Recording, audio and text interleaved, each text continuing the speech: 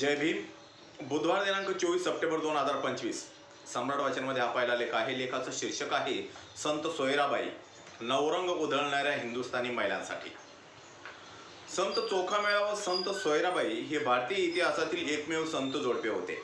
अस्पृश्य समाजातील म्हणजे महार हे संत दाम्पत्य 14व्या शतकात होऊन गेले. त्यांचे अभंग, काव्यरचना विद्रोही होत्या, समाजसुधारक व समाज प्रबोधन करणाऱ्या होत्या.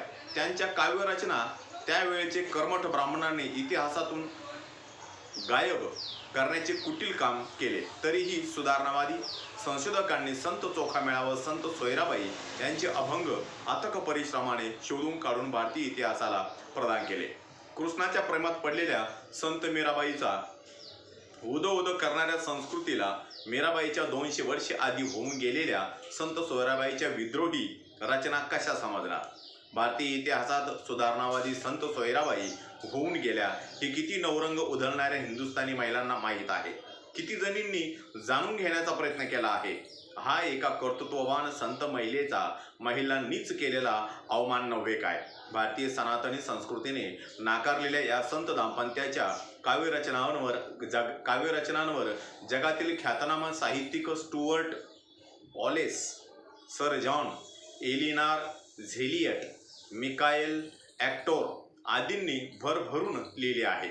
संत चोखामेळा व संत सोयराबाई यांची केवळ भारताने नव्हे तर जगाने दखल घेतली आहे.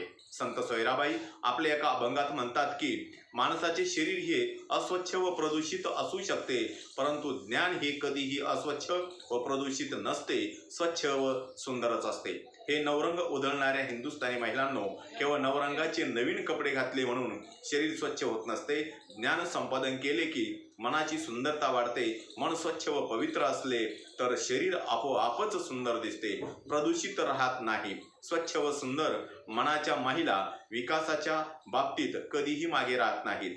संत सोयराबाईचा हा संदेश महिलांना कधी कळणार? या ठिकाणी 22 प्रतिज्ञा. भारतीय संविधानाचे शिल्पकार डॉक्टर बाबासाहेब आंबेडकर यांचे अनुयायी असूनही जे नवरात्रीचे घट बसवतात, दुर्गाईची, अंबाबाईची पूजा अथवा उपासना करतात किंवा देवींना मानतात अथवा त्यांची उपासना करतात, ते डॉक्टर बाबासाहेब आंबेडकरांशी गद्दारी करीत आहेत. डॉक्टर बाबासाहेब आंबेडकरांनी दिलेल्या 22 प्रतिज्ञा अशा हरामखोर आपल्या लोकांसाठी प्रसिद्ध करीत आहोत.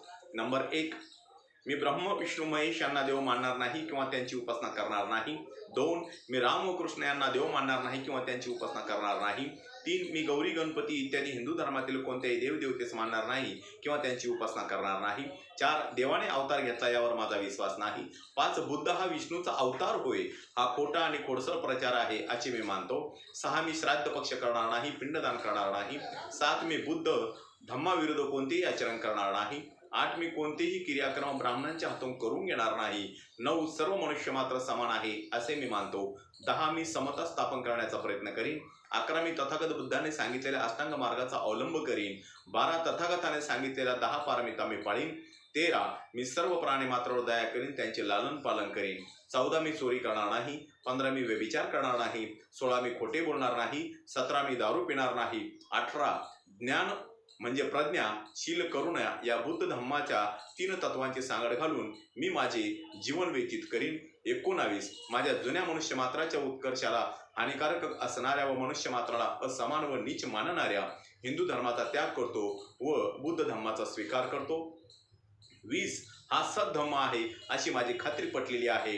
21, आज माझा नवा जन्म होत आहे असे मी मानतो. आणि 22, इतपर मी बुद्धांच्या शिकवणीप्रमाणे वागेन अशी प्रतिज्ञा करतो. या ठिकाणी माझा हा लेख संपलेला आहे. माझा प्रत्येक व्हिडिओ बघण्यासाठी माझ्या प्रत्येक व्हिडिओला लाईक करा, शेअर करा, सबस्क्राईब करा आणि बेल आयकॉनवर क्लिक करा. जय भीम, जय भारत, जय बुद्ध भूमी.